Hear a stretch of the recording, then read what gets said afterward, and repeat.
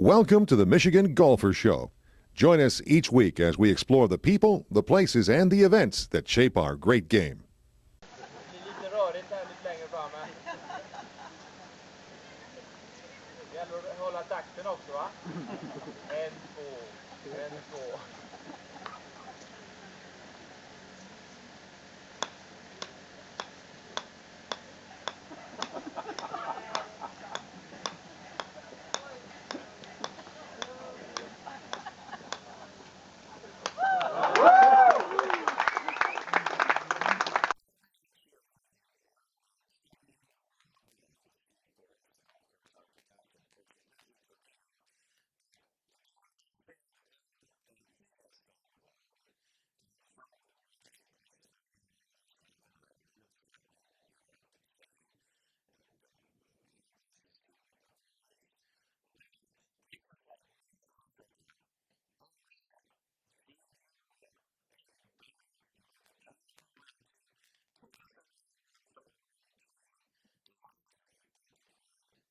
Thank you, Michael. Well, talk about 1999 or 2000, the scope of work for Hills-Forrest-Smith, Arthur Hills, Steve Forrest, and Associates changed. Arthur spoke at a PGA conference, and there was a Swedish golf course superintendent there who wanted to build his own golf course, and Arthur talked enough to impress him with his environmental knowledge, and he hired Arthur to design a golf course in Sweden. Arthur didn't travel internationally that much that time, so I essentially became the project architect on that, and we did a couple of courses in Sweden that are ranked in their top 5 or so. Hills Golf Club near Gothenburg, and Sand Golf Club in the central part of the state. And the Ladies European Tour is also played at Vasatorp Golf Club, their tournament course in near Malmo. So from that, we kind of gained some notoriety or fame, if you will. We started attending a international trade show for developers. It's actually held where the Cannes Film Festival is held in France. And from there, we got a client in North Africa, Marrakesh specifically, and they wanted us to design their golf course. And it was essentially a blank slate. We certainly had the experience working on flat sites with all the courses that we had done in Florida, and this was a flat site out in the desert. You could see the Atlas Mountains, which were snow-capped many times of the year in the distance. But we came up with a golf course there that had 3 different themes to it, and I guess you could say the overriding theme was the Moroccan culture and architecture. We wanted to blend that in, and we also had 3 separate segments in the design of the course. One was a garden type setting where we had lavender proposed. Another was more forested type of setting, and then we had kind of the desert wadi type theme, which is like an arroyo or swale.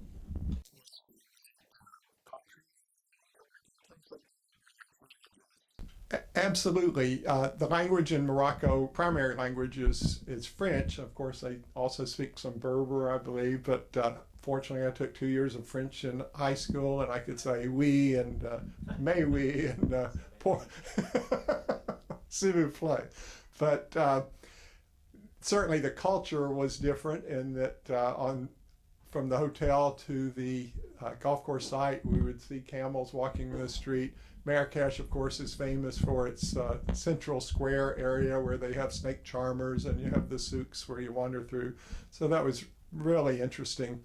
But certainly one of the fun things about doing that design was that the clients really didn't know anything about golf, and they kind of let us go down this experiment, if you will, with the Moroccan themed design of the golf course. So there were long canals, there were reflecting pools. The 8th hole is a Biarritz green, but it's perfectly rectangular. There's a rectangular reflecting pool like you'd see in Washington, D.C., and it's immediately followed up by a rectangular green. and behind that is a Moroccan bell tower. So it's a really odd looking hole, but it works in terms of the play. If you don't want to go over the water, then you just play to the right of the reflecting pool. We were able to use the canals to have strategic angles, and probably one of the focal points is certainly the 9th and 18th holes. There's a central axis that runs for 1,500 meters, which ties together the architectural themes with water, and 9 and 18 play on both sides of that, and they carry the rectangular theme throughout as well. The name of the golf course is? It's called Noria Golf Club, and Noria is a Moroccan water wheel, which we were able to build into it on the 15th hole. So we don't have a clown's nose, but we do have a water wheel hole. So.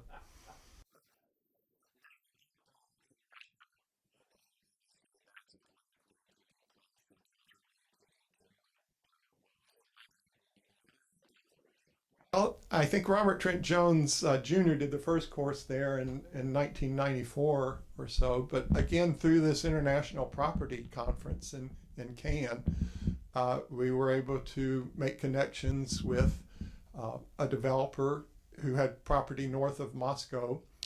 He had seen our work in Sweden at Sand Golf Club, and actually the shaper there, I think they were impressed with the shaping work that was done as well. So he was kind of an advocate for us getting the job as well. So it was a beautiful site. Actually reminded me a lot of northern Michigan with rolling terrain, forested. There were certainly wetlands, but you didn't have to pay quite as much attention to them. Oddly enough, in Russia, it's much easier to fill a wetland than to cut down a tree. I mean, the forests are almost sacred to them, which is really surprising if you think about how large Russia is, and they're trying to save every tree. So that was interesting, but we were able to put together a really good, solid golf course that's serving the Moscow marketplace very well.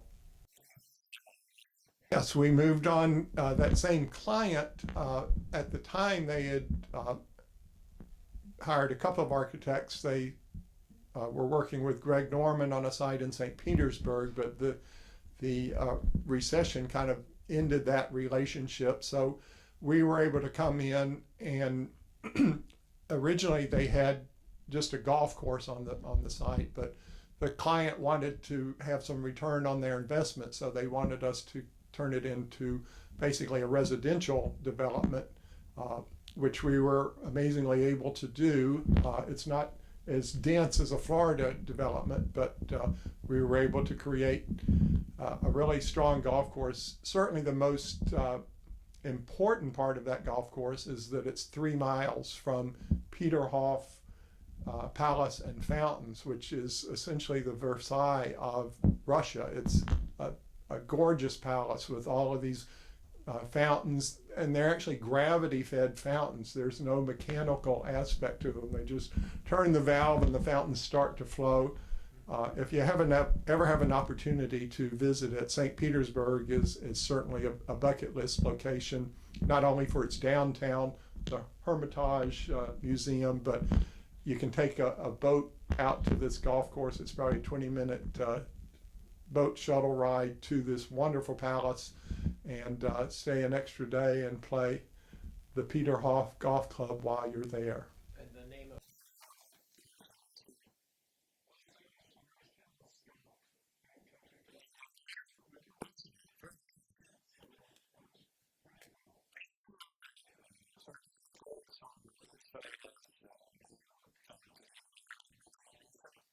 Well, they don't smile a lot over there.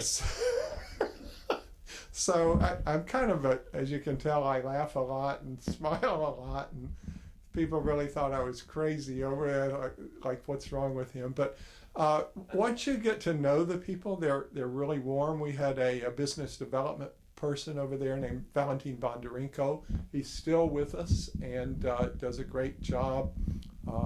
And I've gotten to know his family really well. I've watched his son grow up over the last 15 years. They've had me in their home, very, very warm people. And I think that's true. I mean, you hear it said a lot that people are the same all over the world. And, you know, Russians and their family, it's very important to them. And once you get to know them, They're regular people like the rest of us. So that was kind of a heartwarming aspect of Russia, if you will. Was, although obviously we wouldn't go to Russia in the dead of winter, but it could get pretty hot in Morocco as well. So I guess pick your poison. That there's a saying in Russia, there's no such thing as bad weather, just bad dressers. So if you're cold in Russia, it's because you didn't pick the right outfit for the day.